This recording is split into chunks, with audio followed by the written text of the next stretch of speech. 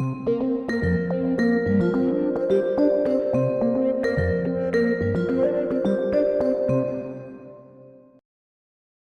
name's Rebecca Healy. I'm Senior Analyst at TAB Group in London.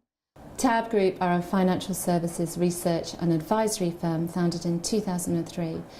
The main goal within TAB Group is to help business leaders within the industry understand the issues and trends that are affecting them today. The reason why we're seeing a lot of interest in emerging markets at the moment is that the developed markets, where people aren't seeing the returns that they hope for, particularly since the crisis of 2008. What we're seeing is that there's more, the conditions are more favourable for emerging markets relative to developed markets. So you're seeing that the CAGR on the GDP, for example, is 13% for emerging markets versus 4% for developed markets.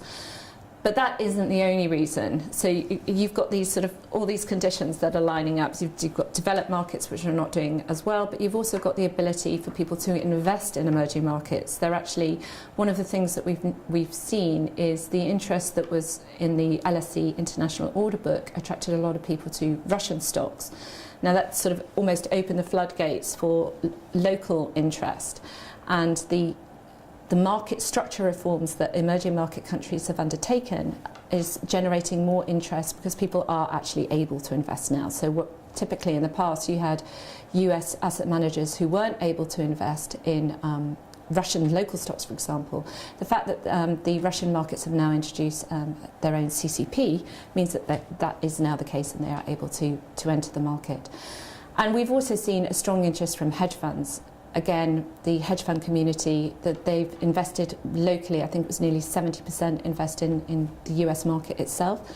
As the returns haven't been there, they're starting to look overseas. The fiduciary changes mean that they're now able to look at emerging markets.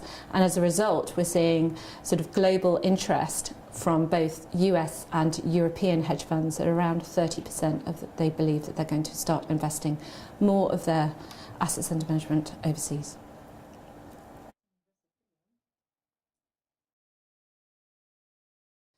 But none of this would be possible without the actual technological reforms as well. And what we've started to see is some of the markets becoming hubs for other markets. We've also started to see technology providers and offering sort of plug-and-play services, which means that people don't have a huge amount of IT infrastructure and upfront costs, and also delay in implementation. So they're able to switch in and out of markets as they see fit. Where they see the alpha opportunities, then they can actually execute their trades. And it's the ability to be able to enter and exit the market easily and quickly and efficiently, which is generating yet more interest. And that is extended again in terms of the algorithmic development. What we started to see is the standard algorithms that were predominantly based on sort of volatility levels, the VWAP, the implementation shortfalls that needed much more sort of standard patterns. The new range of algorithms that are based more on liquidity seeking seem to work better in emerging market environments, and that has also garnered interest.